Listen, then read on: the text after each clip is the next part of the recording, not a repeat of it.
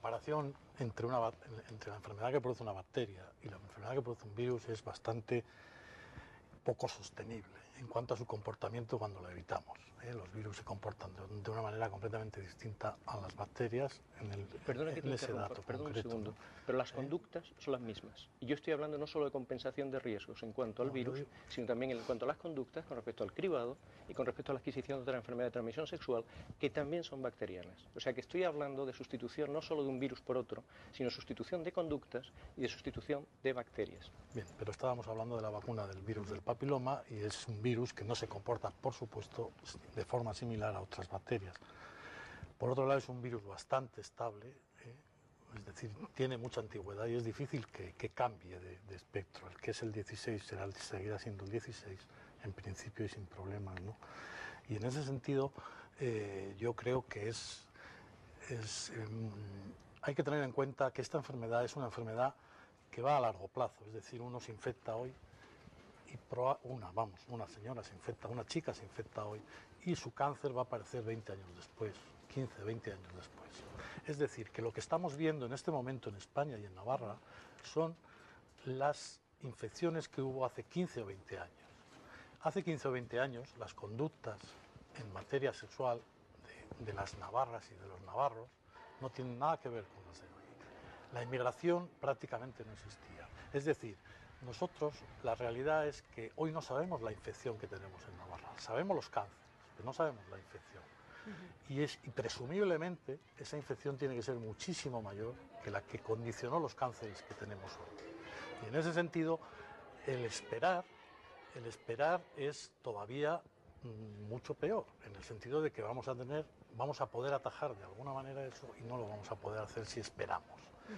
Esperar en cáncer es muy peligroso. Es lo que está pasando con el cáncer de colon. Vamos a dejar, disculpa, a Silvia que intervenga, que creo que lleva eso un ratito queriendo decir algo. O sea, más que nada que por un lado, por supuesto que es esperar, pero también hay que tener en cuenta que es dinero público, o sea, que a la hora de implementar una vacuna estamos quitando ese dinero de otra cosa. Entonces, también hay que ver prioridades. O sea, si vemos el papel de la Organización Mundial de la Salud actualmente, o sea, en abril de 2009, ante la vacuna está a favor, pero también dice, bueno, una de las condiciones que se tiene que cumplir para incluir la vacuna en el calendario vacunal es que sea una prioridad de salud pública. Entonces, hay que ver, ¿en España es una prioridad? ¿Realmente con los tipos que podemos tener puede, o sea... Como tú sabes, las prioridades son en estos temas muchas veces política y en este caso concreto probablemente también. Claro. Yo en esto quiero decir algo. Disculpad, sí, antes de continuar, porque me da mucha rabia tener que decir esto, pero como decíamos al inicio, se nos va el tiempo volando y en este punto lo único que tengo que deciros es pediros una conclusión respecto a lo que estábamos hablando, uno por uno, para que podamos así terminar, si queréis, respecto de lo que estábamos hablando y en general para concretar todo lo que estamos hablando sobre la vacuna contra el virus del papiloma humano. Así que si te parece, Enrique, por ejemplo, comenzamos contigo una conclusión respecto a todo. Me dices cuando tengo que parar y paro. Vale, no adelante. quiero pasar más de la cuenta. Bueno, yo como conclusión, y no hemos hablado nada de un tema que ha salido y que es de profunda actualidad, el problema de los tiempos en televisión pues hace que no hablemos de Valencia. Eso es el caso de Valencia. De las voces que hubo y al final en qué ha acabado todo, las gaseosas, pues bueno, se ha desinflado. De cualquier manera, eso ha hecho ver que la vacuna es perfectamente segura y que las agencias reguladoras, tanto europeas como mundiales, han decidido que la vacuna sigue siendo completamente segura. Eso por un lado. Y eso yo creo que es un deber de todos los médicos transmitir que creemos en esta vacuna, independientemente de nuestros pequeños peros, el decir a la gente que se tiene que seguir vacunando, que las niñas se tienen que seguir vacunando, que ha sido una decisión a lo mejor política con cierto oportunismo, que a lo mejor había otras medidas más prioritarias, no lo sé, pero quien tiene que tomar la responsabilidad de hacer política sanitaria son los políticos, y los políticos muchas veces tienen otros intereses. Entonces, mi frase final sería que las niñas navarras tienen su tercera dosis por poner, que completen su calendario vacunal y que confíen que es una vacuna que es completamente eficaz para lo que está, que indudablemente tienen que tener una educación sexual y demás, fuera de duda, pero que la vacunación no se debe dejar. Muy bien. Silvia, lo mismo. Bueno, pues decir que efectivamente es una decisión política, pero pues realmente, o sea, tiene que haber también una evidencia científica detrás. Entonces, también basarnos en los datos de nuestro propio país a la hora de aplicarla.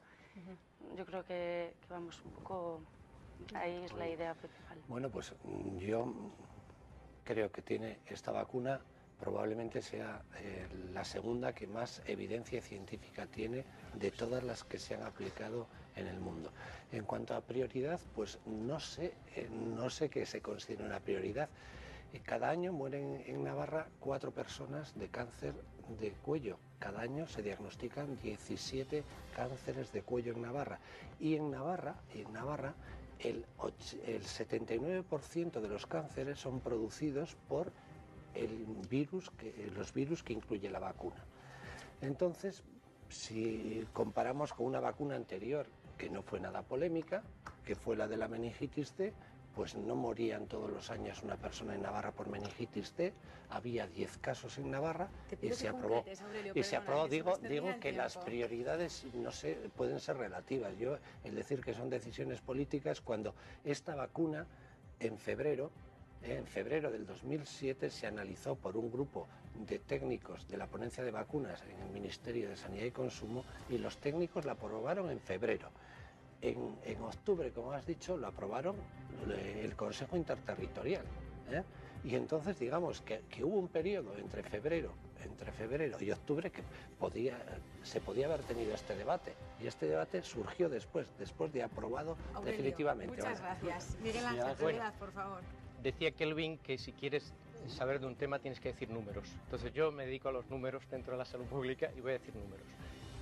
Una mujer que no se vacuna ni se hace el cribado, estas revisiones ginecológicas, tiene un riesgo de, a lo largo de toda su vida, 1 de cada 28 desarrollará el cáncer. Si resulta que se vacuna, eso baja a 1 de cada 70. Pero si en vez de vacunarse hace bien el cribado, esas revisiones ginecológicas, es 1 de cada 217.